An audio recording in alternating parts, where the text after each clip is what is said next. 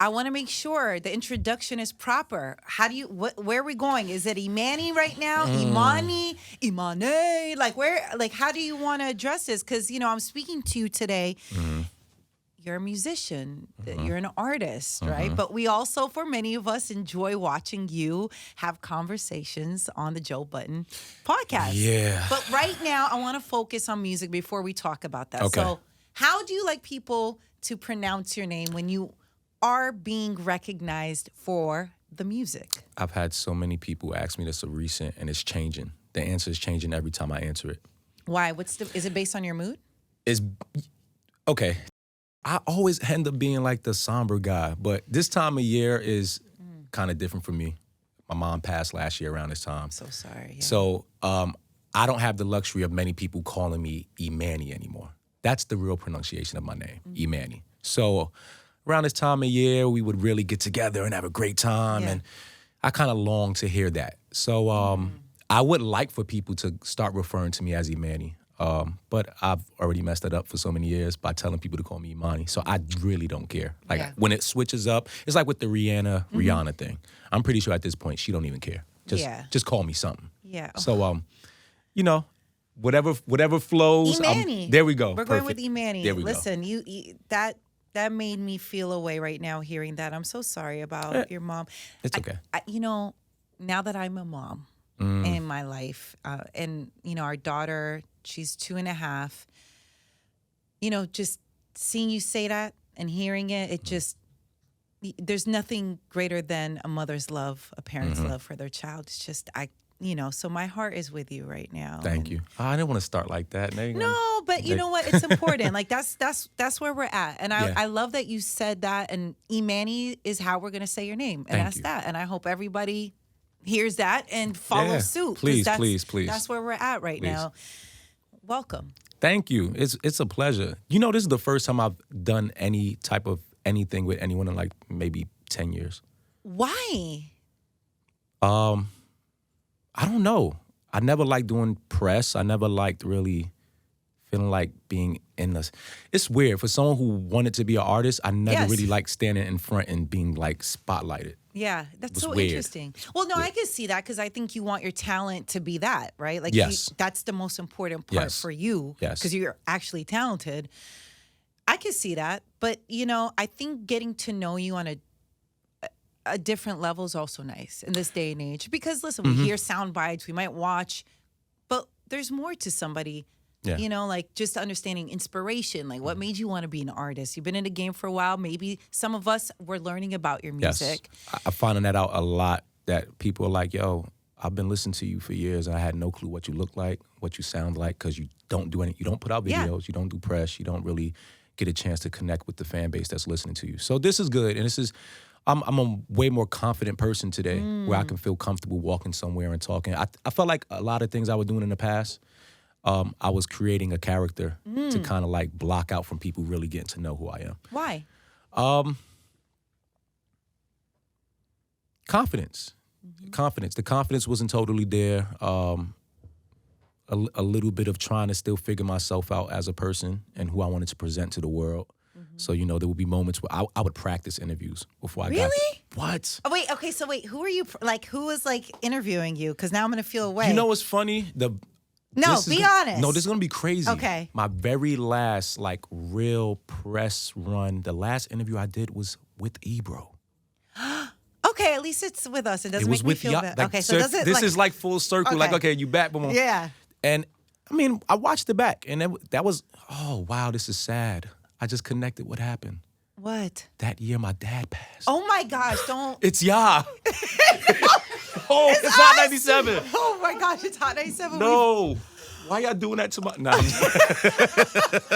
Oh, my gosh. No, it's crazy how these things are... literally, my dad had passed. I think a few months before that, I was putting out my Songs About Her 2 project. Ebro was like, yo, come on up. Interviewed, and I was in a weird state at that moment. And then now I'm about to put out Songs About Her 3. Yeah. And we here. And I took my parents. Damn, I'm sorry. I don't know what to say. We just take your I'm soul joking. away. I have really dark humor. I'm sorry. Yeah, I love it, though. I'm a fan of it. Does that take a toll on you as an artist, though? Yes. Yeah. Like you're constantly in this, like, did that happen for a reason? What is this happening for now? Like, both of them passing, I do think the music got better because I needed to have something to distract me from oh my goodness, everything. So literally, like I said, like I didn't put out music. My last actual like release of some type of body of work was 2017. That's the last time I put out anything. And then when my mom got sick, I needed something. I needed a distraction. So I, taking care of her in Charlotte, and I had these producers out there who I had known for quite some time, and I was like, yo, I just need to get in the studio. I just need to be able to get out the house and clear my brain. And we created this body of work that I have now, and I never thought about putting it out. Cool, created it. She did chemo, recovered, everything's cool, and then suddenly, boom. And so when that happened, I needed another outlet. I needed that outlet again. And the podcast, for one, was like, it came at the perfect time because that was another outlet I was able to kind of keep my brain off of things. But then the music just clicked again. I was like, you know what? This is very reminiscent to what I went through before. And sad to say, it worked. It got me back doing the thing that I love. And I fell out of love with it for quite some time just because of the business. I hate it. I hate the business. Yeah, the business is disgusting. Hate it. Yeah, for sure. And as much as I would love to like succumb to it and just become that guy that needs to survive in it a certain way, I couldn't. I couldn't find myself to play the game.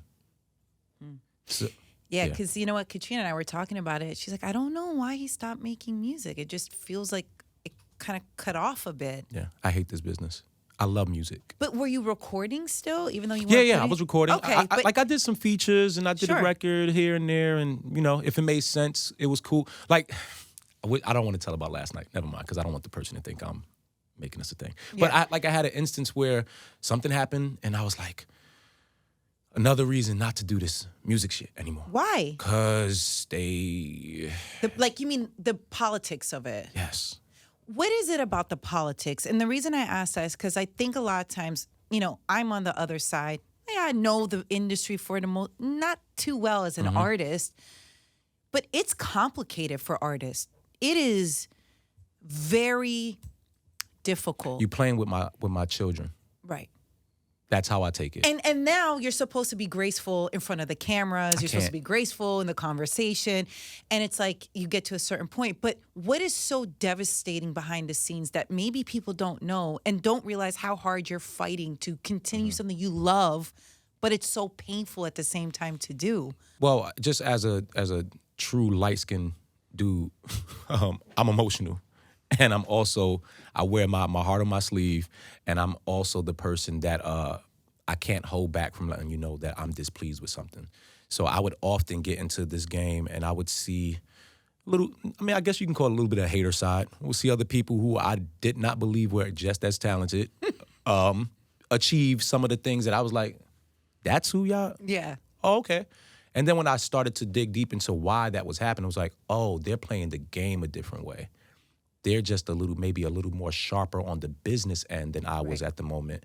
And to become that sharp, you got to be willing to dig into the mud a little bit. Yeah. And I didn't have it in me. You didn't have mentors or anybody try to help you, give you some game? I did. In playing the game? I did. Jadakiss for sure was one of those people. Like, whenever I go anywhere, I'm telling people for sure, I owe Jadakiss and Joe Budden everything. And they've been through it. They've been through it on both sides in so many different ways. So I had like a real deep look into the game, even though it was hip hop and I'm an R&B artist. So you would kind of be like, it's the music industry. But it's the music industry. That's so right. I saw the way Joe maneuvered as the underdog. Oh, yeah. Being the guy that no one really wanted to support. Right. But he's talented, so we got to kind of... Right. And him figuring that out and what that looked like. And then Kiss, like, love... Undeniable talent. Undeniable. I don't know too many people's going to say something bad about Kiss. Oh, that's amazing. It's great. Like, great guy. You know what I'm saying? Both are great guys. But, Joe rubs people the wrong way. Yeah. You know what I'm saying? I think Joe, maybe because I've seen Joe over the years, I think if you don't really receive all of him, you may not understand some of him. Right. Right? Perfect. And now my experience has always been great. And I don't know any other way, right? So it's one of those things as artists when I just can't imagine the pressure and the politics that go behind it and those games, right? Especially when you're so talented. We're talking about undeniable talent, but that's not going to be enough. It's never enough. That has to be frustrating. It's never enough. And it's a lesson that hopefully everyone learns. You just hope that you don't learn it too late. I've been lucky enough to went through the process, learned it. I've messed up some great opportunities in the past, but like what? I've messed up every contract, every possible deal, publishing deal. But maybe you protected yourself. How do you know it was a mess up? Well, that's true. In hindsight, you look forward and be like, okay, you know what? I might have not walked through that door, but not walking through that door now led me to my real path. And I never thought that I would have maybe a possible career in media or broadcasting, and not taking those steps led me to be like, oh, you know what, this is possible. And on top of that, made me realize I'm not just a singer. I'm an entertainer. I do think the more I get into this field, I become a better orator. So I can see a future in that. Yeah. So I have no regrets, but I do look back and be like, maybe. What happened if I might have took that deal or might have worked with that grimy person? No, it's not worth it. It's not. No, I agree. It's too much. I'm happy with the career that I have. Absolutely. I'm happy with it. Because you're doing it the way you want to do it. Yes. Right or wrong, in that moment, that was what you felt was right. 100%. And I think that's all we can ever do in life. Is like, hey, I'm going to try to make the best decisions that I can in this moment. I don't know what's going to happen. I tell anybody out there, if this is the route you want to go, as long as you can sleep at night, if you're going to do the grinding, go do it. I'm not here to tell you how to get into the business. I'm not here to tell you how to structure yourself. Sure. Do whatever it is that makes you happy at night. That's all I can push. This right here, I can sleep good at night. It's more than what a lot of people can say. Yes. And that's worth more than money. Well, I want more money, but I let me ask you, happy. Would you rather be able to sleep at night, maybe without the money that, you would like to have to end a lot of problems, or would you like to be filthy rich but never be able to sleep at night and never be able to close your eyes, never be able to rest because you always got to look over your shoulder? This is going to sound real cliche, but I'm really not impressed by money and how much I obtain and how much I have. I've never felt like when I've had a certain level of money, or even today, I still have problems. I still have my moments where I'm sad, I'm down. That's right. So it's never changed anything for me. I might be able to just buy more. Yeah. It's never impressed me that much. I'm not caught up. Well, Kachina was going to just give you $100,000 for nothing, but I guess we just don't have to give you that money now. Give it to a charity. You know what? We have a Patreon. You can go ahead and pay for $100,000 worth of Patreon. Katrina still has her student loan debt collectors contacting her. Let's get that first. She needs Sally Maney, her money. Yeah, that absolutely. I want to talk about your new EP. Yes. Before Her. So this is the prelude to the series that, we've all have grown to love and enjoy and been wanting more. So this is the prelude. Why the prelude?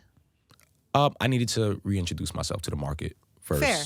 Needed to do that. And I did a prelude when I did songs about her one. Yeah. So it's like, if I'm going to come back into the game, let me kind of pattern myself in the same way that I did it when I first came in, and it was pretty successful and people enjoyed it. So yeah, I just needed to test the waters too. What's the feedback? It's been great. Yeah. It's been great. But who are you hearing the feedback from? Like what? Because I feel like you're probably really hard on yourself. What is allowing you to accept two sides of the feedback that I've loved? It's been the industry. The industry has made it very clear that, we're watching, we heard you, and this is really dope. We're glad you're still making music, and that's been great. And it's been like my peers, people that I really like, I didn't Who? I don't want to do that. Like, okay, so someone that you more respect the way. Kenyon Dixon, to me, was like some amazing vocalist, great writer, putting out his own great music. I'm a fan. Right. So to get that message of like, yo, bro, like, that's cool. Just keep going. Yeah, that's cool. That was dope. Yeah. And there's been other people like out every night and seeing, they like, oh, you back in New York? Yeah. I just heard, sounds great. Then it's the haters. That's great. Yeah. Like, being on the podcast, you start to gain a level of haters. Of course. And it was good to see a lot of them like, yo, I hate you on the pod, but music is slapping. That was so interesting. That was dope. Wait, why don't they like you on the pod? I don't know. I'm not. I don't believe I'm everyone's taste. I'm trying to think all the things I've heard. I don't. Maybe they say I pander. They say I pander. They pander to who? The industry? To women. Oh, to women? Yeah. But you're a singer, right? That's what I'm like, duh. Why else would I be here? Like, you're an R&B singer. You're a singer. Like, I just see. Okay. I don't know. There might be a few things that they think I'm corny. They think I don't know. Well, I mean, it's the internet. You know what? I have learned over the years not to carry much weight in it in general. It's not always easy. Some days are better than other days. And it's okay because I am a panderer and I'm corny. I mean, those are all things that I embrace. To know yourself and embrace it is like the most freeing thing. Like, I'm cool. Absolutely. It's so liberating. Yes. You're like, okay, great. Get in line. Sure, whatever. But you know, as long as you're true to yourself and you can sleep at night, that's all that matters. Okay, I want to talk about the songs, okay? Give me one word to describe your songs. BDE. Ego. Confidence. Would we say confidence? No, ego. Ego? Why ego? Ego's apparently like the worst thing that we all should be focusing on. I wrote that song to reflect the ego I was feeding off of when messing up this previous her. It was all ego. The start of our essential fall was my ego. It's always the man's ego. It's always. Okay, always was a strong. Right. Okay, that was very. We got a lot going on in the news right now. Black men don't cheat.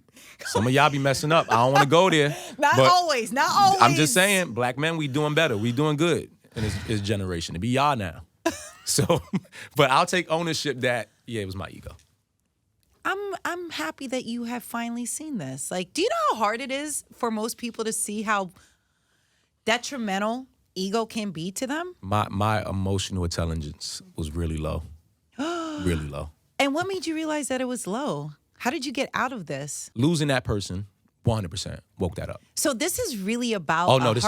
The person on the cover is the person that's... Pull it up, Katrina. Pull it up. Everyone pull it up and let's analyze right now. Pull it up right now. It's really about her. Yes. This is the one project that is about a sole person.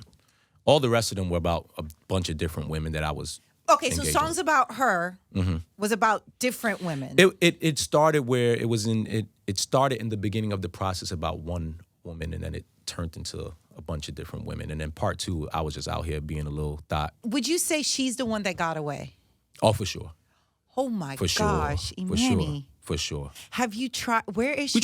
We tried. Oh. And it's done? I think it is. And I think it needs to be so that we could see like what having real love in the right way looks like. Oh my gosh, she has this no is sad. kid. No, that's why I said everyone thinks I'm sad too. They're like, oh my God, you sound so sad and depressed. I'm like, no, I'm good. Not that it's sad, but the reality is sad. Yeah. So we tried to have some level of conversation and, did our nice little hanky-panky and all that. And then at the end, it was like, yo, for you to really make me comfortable, you would have to be this way. She's saying this to you. Yeah. What would that have been? She never liked me a part of this industry. And I understand why, because a part of my ego was based on... This is feeding it, right? This industry does that, yeah. And there's just certain things I did that would probably never make her comfortable to trust me really ever again, which is understandable. Mm-hmm. So... Did you cheat? Yeah. A lot? No, but the cheat was like a bad cheat. Oh, like God, why? Like a forever cheat. Like you can't... You cheated with her family member. No. Okay, I'm not that. That's not 10. Let's just say 10 out of a 10 at that point. Let's just say life was birthed out of. Yeah. Ooh. Yeah, I did a Usher. Yeah, I did a. Mm-hmm. Okay. Yeah, I don't. That's. Yeah. Mm-hmm. Yep. No turning back. There's no turning back. Yeah. Okay. Yeah. Now, but you said you guys spoke afterwards. So yes. There was attempts to try to heal and build. Mm-hmm. It's too hard. I mean, even after finding out, we tried. We tried. But at that time, my mom was passing as well. So it was a lot going on. And so this is recent. Yeah. This is not like long ago. Okay. This is like 2020. Okay, so this is like all pretty recent. Mid-COVID, we got to be in the house together. Oh, wait. Oh. Yeah, it was bad. It was bad. So this was the breakup that happened during COVID. Yeah. If you don't mind sharing, only if you're comfortable. I'm fine. How did, she find out? Like, what happened? Oh, she good. Well, first of all, women, when people say women don't have intuition and all that, y'all do. Absolutely. 100%. We can feel things. I mean, she got through my stuff. She got through emails. I was trying to hide stuff, and she found it. And even then, after that, I still tried to lie about the timeline. And she said, nah, something ain't right. So I remember the day to the T, and I just walk in the crib, and she like, really? She said, come here. I just very calmly, come sit down. I want to talk to you. Oh, my gosh. That's the worst. That's the worst. Yeah. How long were you guys together for at that point? 5 years. Oh, my God. Please, listen, Emanny. I'm changed. I swear to you, I am. Emanny. I wouldn't even talk about this stuff if I wasn't. I would hide it. But no, it was bad. It was bad. And amazing person. She's amazing. Why did you do that? Ego. I'm so, oh my gosh. Lack of just self-control, lack of just knowing yourself, lack of the comfortability of not, you can see a woman and be attracted and not feel like you have to conquer. Right. And that's a part of feeding the ego. And at the time, also the career isn't happening the way that I wanted to. So you're looking for validation. Validation. She don't care. Like I could have went and got a job at the supermarket and she would have been fine. So, but that wasn't enough for me. Yeah. I couldn't live with that. So. Wow. Yeah. Okay. Now, I assume she approved the cover. Yes, she did. So I was respectful. So you guys are friends now? Yeah. I texted. I had a different picture that I wanted to use. And she was like, listen, I like the idea, but I look like I'm drowning in a pool. And I don't want you to use that. Yeah. So I can send you a different image. And That's nice. Great. I sent it. She sent it. I did the artwork, sent it back to her. She approved it. She said she loved it. And it's cool. Are you guys friends now? I wouldn't say friends, but I think cordial enough. We're good enough to where we can text, we can laugh, and do all that stuff. Yeah. You know, that in itself is a blessing. That's why I lead to she's amazing. Because me, I don't think I'd be able to do that. How are you gonna feel when she moves on in a relationship? I don't want to see it. I tell everybody, I blocked her page just because I don't want to see it. Do you know if she's at all? I don't know. And if she, I want her to be happy. I really do want her to be happy. Of course. So for sure. I just don't want to see it. Oh my gosh. And hopefully one day I'll get to the point where I'll be able to not feel that way and we could, Yeah. Do you think exes can be friends? No. Well, no. No. I'll take that back because I'm cool with. Cool is different than friends, right? Friends is different. Like, hey, we're gonna go get food. I don't know about that. I can't know. That's a bit no. Wow, I think this is so much more interesting now that there's like a picture to this and I'm visualizing everything. Unfortunately, well, the 3 songs really play as kind of like mini chapters to what the whole body of work is going to be representing. Right. Like, BDE speaks to ego. Then there's ATL that is kind of like the spontaneous and the resolve. Let me try to fix this in whatever stupid way I think I can fix this. Like coming up with ideas like, let's just leave all this behind and shut the whole world out. And did you try to do that with her? I tried. I suggested. It didn't work. No. To Atlanta though? Well, not Atlanta. I just thought, to me, Atlanta, Black Mecca. Let me just use a spot that people would be like. Got it. But to me, that just represented I'm going to just try whatever it is. Whatever it takes. What you need me to do? We're going. Yeah. You need to come to the studio with me every day. Cool. Let's go to the studio every day. That's it. And then don't give up, right? That's clearly, don't give up, please. Yeah, I think I might have even said to her, I'll do gospel music. Like, I was just come up with I'll do whatever. Just, and then don't give up was like. Don't give up. Yeah. Do you feel like she gave up? Don't give up is what I should have said. Why didn't you say that? In the relationship, when whenever we would go through something, and even though I knew I was the wrong party, I would be the person to break up all the time. All the time. Why? Because it was easier for me to try to run away from the problem than to try to fix it. And for me to fix it, I would have to admit to the wrongdoing. Yeah. So I would try to run away in that way. And she would always hold on to me. She would be the person fighting. And I'll be like, so when she finally got to the point where she was brave enough to say, yo, I can't do this no more. I'm done. We have to move on. I wanted to pick up the phone and be like, no. But I was like, you know what? If there's any moment where I'm going to do at least one thing right by her, I'm not going to do that. I'm going to let her go. And that's what I chose to do. But now in hindsight, I'm like, I should have. Don't give up. Yeah. Hold on. I'm going to get it right. I should have tried. So that's what Don't Give Up represents. Wow. If there was a song right now that, I don't know, could make it right with her and you could play it for her to really express how you feel, what song would it be? It could be yours. Any song. Any song. Ooh, I'm in love with this. I don't know how I just found out about it. I'm a big Usher fan. Yeah. Like, that's my OG. Usher, yeah. Like, yeah. But I look at him in like the way that I'm also Michael Jackson's biggest. Yeah. I'm starting to put Usher in that realm for me because he's inspired me as an artist so much. Mm-hmm. But he has a song called Naked on his new album.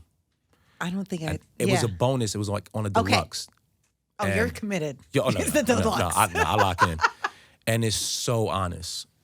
It's so honest. Yeah. And I felt like it represented me to the T. If I would have had that song at that moment, or just even trying to pursue this relationship, I would have done it so different. Like I have a total, true understanding of what I was going through and why I ended up making certain decisions just by listening to that one song. Oh my goodness. Yeah.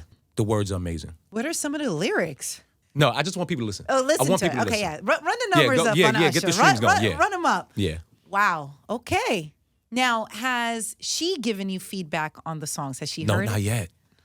She hit me and was like, I'm going to go Emanny, listen. I need to know what she says. I should ask her. At some point, I'm going to ask her. we need an update now. Now we're like fully invested and committed. We need to know like what? I'm going to ask her. Yeah. I was given the time. Oh my gosh, this is like insane. And then I also want to be respectful because I don't know where she's at. I don't know if she's dating someone. I don't know if she's in something. The last thing I'm pretty sure a guy wants to see is your ex-R&B singer, podcaster, texting you about, did you listen to the songs about you, what you want to cover? Yeah. Yeah, no. Oh, wow. Okay. All right. So now, where are you in life? Are you in love? Are you in a relationship? Oh, no. I was dating. I dated, tried to, see if there was a real commitment I can give to someone. And to be very honest, I tried, and I think those relationships ending let me know that I really wasn't prepared to move forward with anyone because of this. Do you still think like you still have more healing to do from this relationship? For sure. I think not just the relationship, just things with mom, like just different things. I think, to be honest with you, and I say it all the time, like even though I speak a lot about my mom passing, for me, I feel like she is still here so much. With my dad, like he dipped. Like I know when he dipped, he dead. Like my mom is like, she's still here. I still feel in certain ways. So I do think those passings, those deaths of relationship has helped me grow. Yeah. And that's been the past, couple of years. Before that, I was trash. I'm not afraid to admit that I was trash. Oh my! I don't think there's many women who have dated me or had a relationship with me that would. They might say I'm a good guy at heart, but I didn't do right. Oh, isn't that the worst compliment? He has potential. Yeah, he has a good heart. He means well. I had somebody hit me recently, like they did my chart, and it was like, oh my God, your chart reads so well, but you would be the best side dude ever. Like I'm like, dang, that's not a compliment. Okay. Okay. And she has a husband. I'm like, girl, you should not be like. Yeah, that's even crazier. Yeah. So no, it's funny. It's funny. Do you want to get in a serious relationship, get married one day and do the whole thing? Do you see that for yourself? I would love to share a genuine, honest love with a woman. I don't know if it looks like marriage. I don't know if it's kids. I already got kids, so I ain't really. How many kids do you have? 3. 3? What's the hardest part about being a parent? And I ask that from a place of I'm a new mom. And I don't know what I'm doing every single day, but I try my best. I remember growing up, and I remember because me and my dad's relationship was very up and down. Sure. And not I won't ever speak back. My dad was just a solid dude. Mm-hmm. I didn't really learn that about how solid of a man he was until he started to get older and when he eventually passed, I was like, I had to really analyze, like, yo, I had a lot of animosity with this guy that I should have let go of because I would have had the opportunity to get to know him a little better. So I do know when I was younger, I would always say I will never have this situation with my kids. I would never have them ever feel like to only turn around and know that that's happened. Yeah. So that's been my biggest thing of trying to focus on fixing and changing. Also, I have kids in different states. So now it's like, that's hard. How do you pull between, I have a son in Oakland, then I have a son in Tampa. It's like, how do you figure? What do you do? A lot of FaceTiming, a lot of talking, a lot of questions, a lot of planning, and a lot of just also trying to have better communication with the mothers now. Yeah. You know, yeah. At the end of the day, we are the start of why this is the case, and there's things that we need to repair, but then also looking to, what got me to this point? It's a lot. It's a lot. But love them. I'd jump in the street and take the hit willingly for them, and just for them to know that. That's the most important thing. What do you feel like something that your mom taught you or the way she parented you that you hope you can do with your children as well? When the person who you know loves you the most, that unconditional, when they leave and there's no one else on this earth that's ever going to love you like that again, goodness, it's scary. Like, it don't feel the same. I'm telling you, the world does not feel the same. So as much as I loved that feeling, it was also a crutch. Yeah. It was something that I looked for in every woman after that. Like, no matter how wrong I am, no matter how bad I am, you're still supposed to love me, unconditional love. I don't want to pass that on to my kids. I want them to just be stand-up people, and the love that you receive also dish it back out. Wow. Yeah. That. Ooh. This is a lot. That's a lot of reflecting. How did you get to this point, right? Because you could still be drowning in an ego. You could be really on a whole different path. How did you get to this point? Like, was there a low for you that you're just like, I can't, I feel I'm broken, I'm hurting? I felt it for quite some time. Vocalizing it to myself was one thing, and then being able to say it out loud was like a whole nother process. Yeah. So I'll be honest, a lot of this is like the past few years. 2020 for me was like the start of like, yo, dude, look at your age, look at the things you're doing, look at everything around you. Like, this ain't where you're supposed to be at. Yeah. Like, you're better than this. Yeah. Like, it's one thing to go tell the world and portray in front, because I did a lot of fronting of high standard, and then go do nonsense. So it was really that moment of starting to see my mom sick. Though I never thought I was the guy that used to tell my sisters, I'm not going to be here when mom passed. I'm going to pass before her, because I couldn't imagine, like I said, the world. So once she's there, it's like, oh, you're by yourself. You got to fix this. There's no one to run back to coddle you and make you feel better about yourself, even when you know you on nonsense. So that was it, 2020 for sure. Do you feel like the pausing in music is kind of like with your own growth, right? Like, kind of like, because it just all feels so very hand in hand. And I don't know, look, I do radio because I'm not talented enough to sing or do anything musical whatsoever. I'm being honest. But, I've always heard that, when it comes to songs that, especially singers, make the best songs when they're heartbroken or they're going through something. Do you feel like that's the case for you 100%? I don't know if I want that for you. Like, I don't know if I want that for anybody to experience so much pain only for us to have great songs. I made a joke when we were coming up here. I said, I need to figure out how to make some R&B summer music. Yes. Because I don't connect with the fun too much when it comes to creating music. It's always been therapy for me. So I don't have club records. I don't even know how to, I'll be honest, I don't know how to write. If you said, yo, we got a club pop record for Justin Bieber, I wouldn't know where to start. I just don't connect with music in that way. Music for me has always been a moment to reflect. It's always been a moment to spout out your feelings. I have records that make me happy.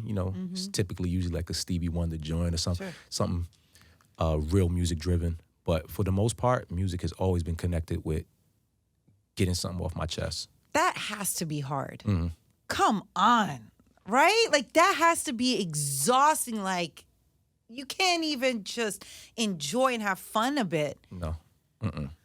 So what do you do to like actually enjoy, you know, life and be happy. And like, what are those moments since music is so therapeutic for you? And for someone like me who's watching it, I'm thinking it's maybe fun creating it or experiencing it. Do you get what I mean? Mm-hmm. But clearly... I'll be honest, I don't have a lot of hobbies. I don't have a lot of things that distract me.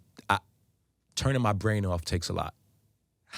Gosh, it takes a lot to turn my brain off. Like, I go to bed 3, 4 o'clock in the morning every night. No matter if I get in bed at 9 o'clock, I'm up thinking about what's the next play, what's the next song, what's the next topic we got to talk. Like, always. A good movie might distract me. For a few hours. Yeah, and then I'm looking for the next thing. I will say of recent, I've been running the street a little bit, and not running the street in a bad way. Right. Running the street and just out and about. Yeah. Learning how to be social again in a genuine form. Right. I used to always attach going outside once again with trying to obtain some level of work. Yes. Women, whatever. So now just to be outside, have a good time, have a drink. Good. And not feel like I ain't go home with nothing in this.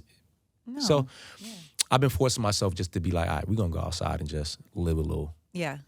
Do you feel like doing the podcast has helped you, I don't know, tap into different parts of yourself creatively, where it's still therapeutic, but it's not as heavy as writing a song that's, you know, very painful? I don't know about everybody else up there, but I don't think Joe knows how much he helps. Like, honestly. Yeah. He might know. But that, just the invite sometimes. Because I would go up there just to chill. Yeah. You know, after running around all day, I'm about to stop and drive back home. You know, let me stop by the pod and just hang for a little bit. It's my friends. And whenever he was just like, yo, like, come on, get on camera.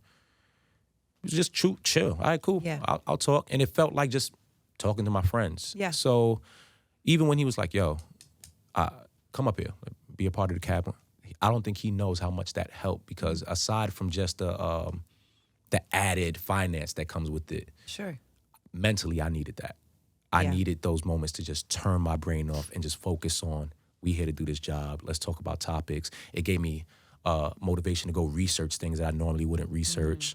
So it gave me a different purpose with my day.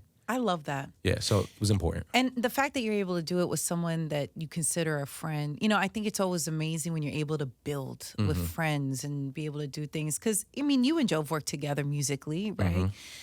But how is it working with him, not in a music setting, not in a studio, but a podcast? How is it different than when you guys made Miss Me? Way better. You know? Way better. You like podcast Joe more than artist Joe. Joe, and I told him this before, you know how when people get success and money, it become worse? Yes. Not him. Joe was hard to work with back then, and not in the sense of creatively, but he's just, it was just like a certain energy, a certain thing that was like, all right, what type of time Joe gonna be on today? All right, what kind of moody person we gonna get today? And then he'll tell you, he was pill popping and doing all that stuff, so depending on the type of influence, you might get very funny, cool Joe, you might get grumpy, and it's like, today, sober, hardworking, generous, just pleasant. It's even in the moments where he might seem like it's nothing compared to what I felt in the past. Like, it's a pleasure. And not just him, everyone, like most of the people up there known for quite some time. We've lived together. We've traveled together. Damn, I didn't know. Yeah. Like that's the history. No, like me, Joe, Ice, Corey, we all lived in the same house for quite some time. A very crazy situation. Yeah. So, and I've been on the road with all those guys. You know, we've toured. We've went from touring with the nasty Suburban with all the merch in the back, very uncomfortable, to now being able to never have to do that again. And isn't that crazy how life just has a very interesting take? Yeah. And I also think sometimes people forget, you know, early on in your career, Joe's career, it's like everyone younger, the industry's different. You know, there's more transparency now. Like, there's ways to make ends meet now than it was maybe 10 years ago. 5 years ago, 10 years ago, let alone 15 years ago, right? Like, it felt like there was more gatekeeping back then, where I do think the internet has allowed people to create new businesses and flourish. So that pressure, you just, I get it, man. It's hard. I tell people often when I complain about maybe not being the artist that other people thought I was supposed to be, I look at the fact that, I'm still here. Like, I put out my first project in 2012. I put out my first project when I was 27 years old. Like, it's kind of late for a guy to want to decide, I'm about to be a solo artist and try to do this. I've seen a lot of people come and reach heights that way surpass mine. And today, you hear nothing from. You don't even want to talk to them. You don't even see them in any form. The fact that I'm still able to be relevant to whatever level in this business, to me, is like a blessing. Yeah. So I have no complaints. Yeah. No complaints. This is what a time. And I feel like now, do you feel like you can create music freely, right? Yeah. In a way? There's no pressure. I'm not doing it for a check. I'm not doing it to impress nobody. This project for me really was just to see if I can still create on the level that I was used to creating before. So yeah, I'm having fun again. Yeah. Okay. All right, good. That's a good place to be. Do you ever get caught up in, I don't know, now when you're on the podcast, watching what you say, do you find yourself censoring yourself? Or now that there's been more time, you're just more free within, it is what it is? When I first got there, I was very, because I was a fan first. Sure. So I got up there and I think I was speaking a lot to the fan perspective. So I was a little, confrontational with certain cast members about things that I viewed as a fan. So that's how I presented myself. And then I started to maybe analyze the comments a little bit too much. And it would make me kind of pod a little different. I was a little reluctant to say something I would have normally have said before. And I want to get away from that. Like, that's also a process of just changing your outlook on how you even broadcast and what you're comfortable with. So today, I'm like, I don't care. I'm going to say what I think. Yeah. I'm going to deal with it. I have the perfect example of what success looks like when you do that, because Joe is 100% that. Right. And if there's ever a point where I need to apologize because I'm wrong, I'll apologize. Yeah. But when I'm up there talking, once it hits here, I'm going to say it. And that's typically what's the most true to me. Yeah. So I'll deal with the backlash that comes with it. I ain't tripping. Hey, listen, you got thick skin for that. Yeah, and I have no problem with if anybody had a problem with it. Yeah. Has anyone ever said anything, though, like you've given your take or opinion and then you've seen someone and they're just like, hey, remember what you said on the pod? Really? Yeah. And I don't even... Do you explain yourself, though? Do you take the time, depending on the person? Obviously, I'm assuming it's someone that you care enough about their feelings. No, I don't care about them, but I do think that I owe them the respect if I'm going to talk about them. Ooh. And they're confused. I should at least allow the conversation to happen before we can. I don't want to walk around with problems with people just because I'm sharing my opinion. Like, normally I wouldn't want to share my opinion because who cares? But I'm now being paid to share my opinion, so I have to do my job. Yeah, you tweeted that. Yeah. I think you tweeted that, and I was like, oh, that's interesting. First off, I didn't tweet a lot before. Like, I don't want to share my opinion on what's going on here, because why am I sharing my opinion about these people? Yeah. If I don't want it done to me. And I 100% did not want it done to me at a certain point. So I was sticking to that. Yeah. So when this opportunity became available, I had to say to myself, okay, cool. All that moral stuff sounds great in that space, but you're now hired to. So what you could have done is just say, hey, Joe, I don't really think I can do that because I don't want people to feel away or anything. Yeah. I didn't. I said, yeah, let's go and let's do it. So I don't care. You sold your soul, Emanny. I did. Now, I'm kidding, but I get it. Listen, you're allowed to express yourself in different ways. I think I welcome anybody. If I ever say anything that seems like I'm disrespecting you as a person, I'm welcoming you to address me in, a peaceful manner. If you're mad, you can also, I'm willing to hear you out. I won't ever just, now as long as it's not physical first, of course, then we great. We can always have a conversation. I'm an emotional guy, so I can also understand how anyone else can be emotional about a stranger talking about them. Yeah, so, but yeah, there's been people who've felt the way, and we've had conversation. They might still feel the way, and Yeah, it's hard. It's you know what? Life. As we get older, it's safe to say humans are complicated, and there's complex relationships and feelings and how people are going to be, and you're dynamic with everybody, but at the end of the day, you can't please everybody. And I'm not trying to. I ain't trying to please nobody. That's a freeing place to be. Yeah, I'm enjoying being there. Yeah. Now, what's your beef with feet? Oh my! You saw that? Yeah, you hate feet. So I do. Why do you hate feet so much? They ugly. So now let me ask you something.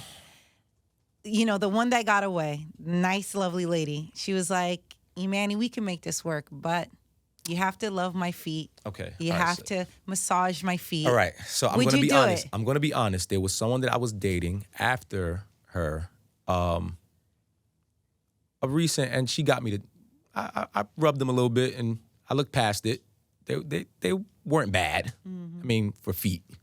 But I'll break down that barrier for her.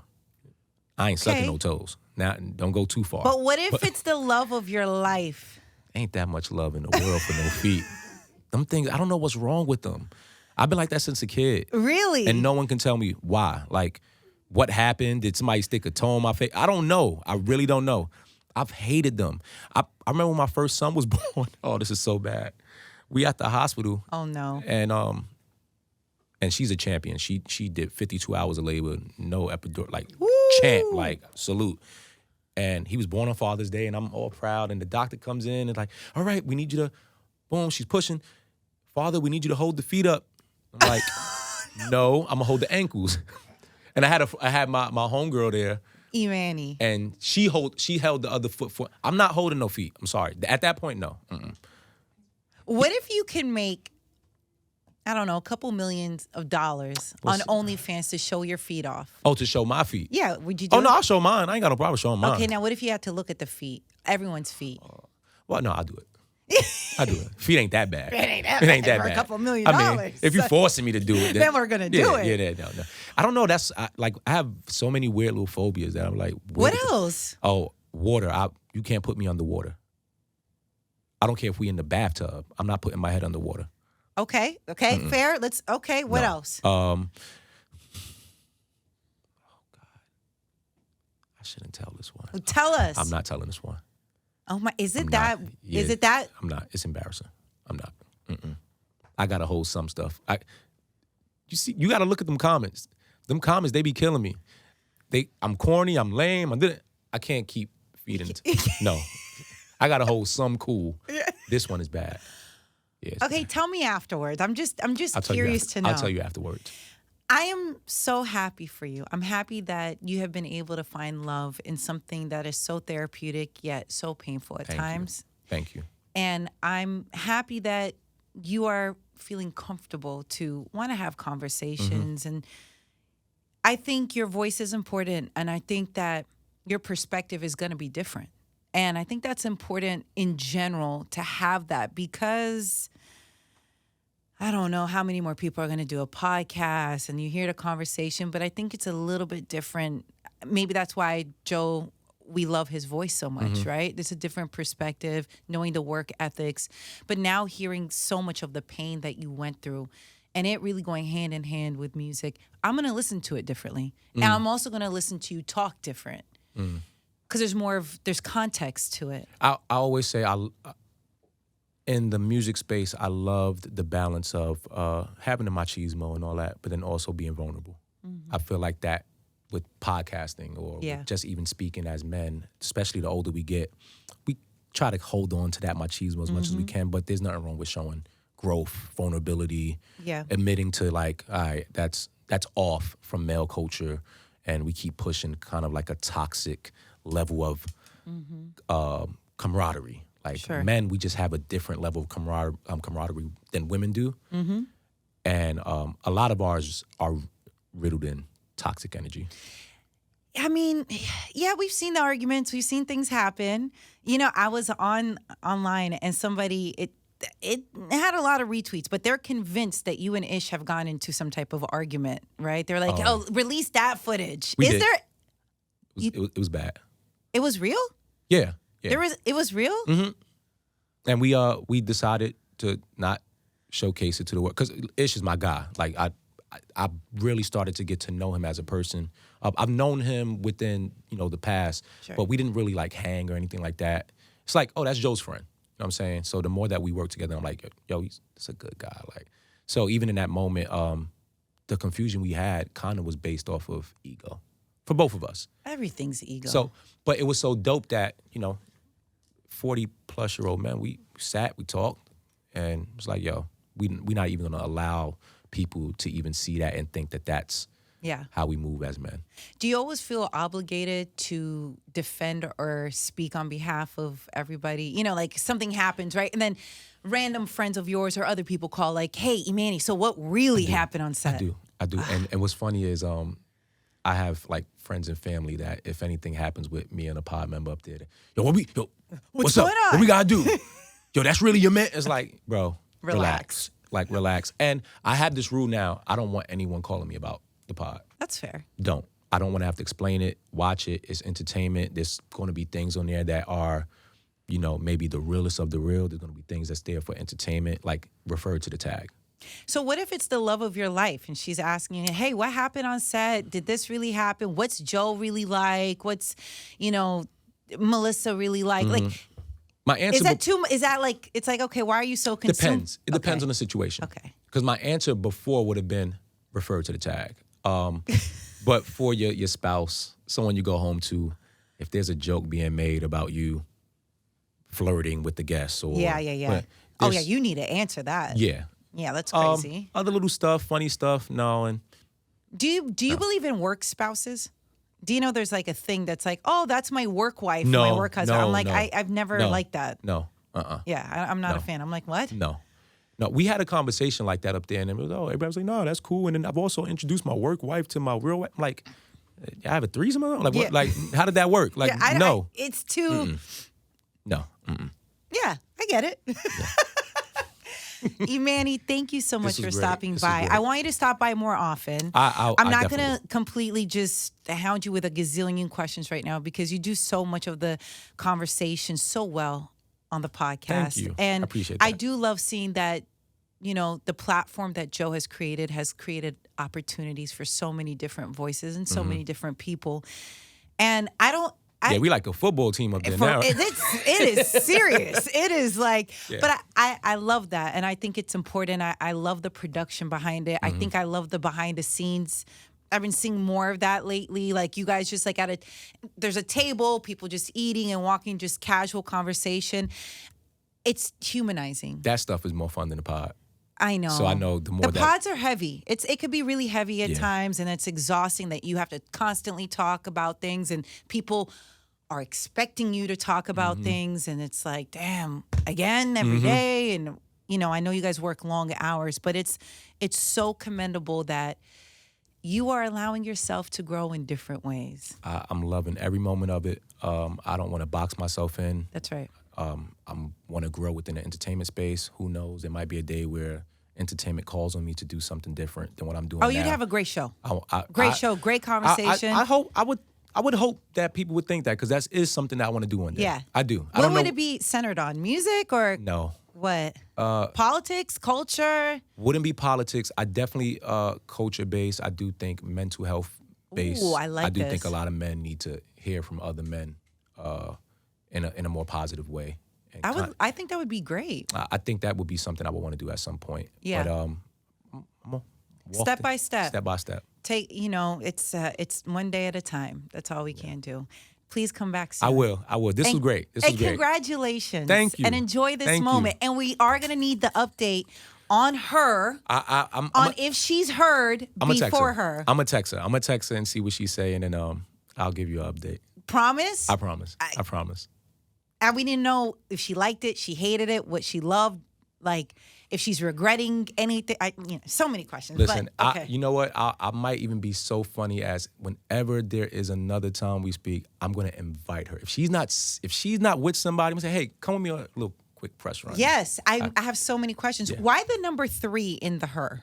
Oh, because this is the third. It's songs about her 3. Okay, so it's not like No. Nothing crazy, like something hidden. No. It's just because the next project is. I'm like, wait, what is it? What does it mean? What are we connecting to? Man, people ask, I was like, I thought people were gonna get that. It's her 3, like songs about her 3. No, so it's like it's cool. No, we definitely were reading deeper into it. I was like, oh wait, oh my God, it's a love triangle. That's what he's telling us. Emanny, thank you so much. Thank you so much. This was great. Of course, thank you.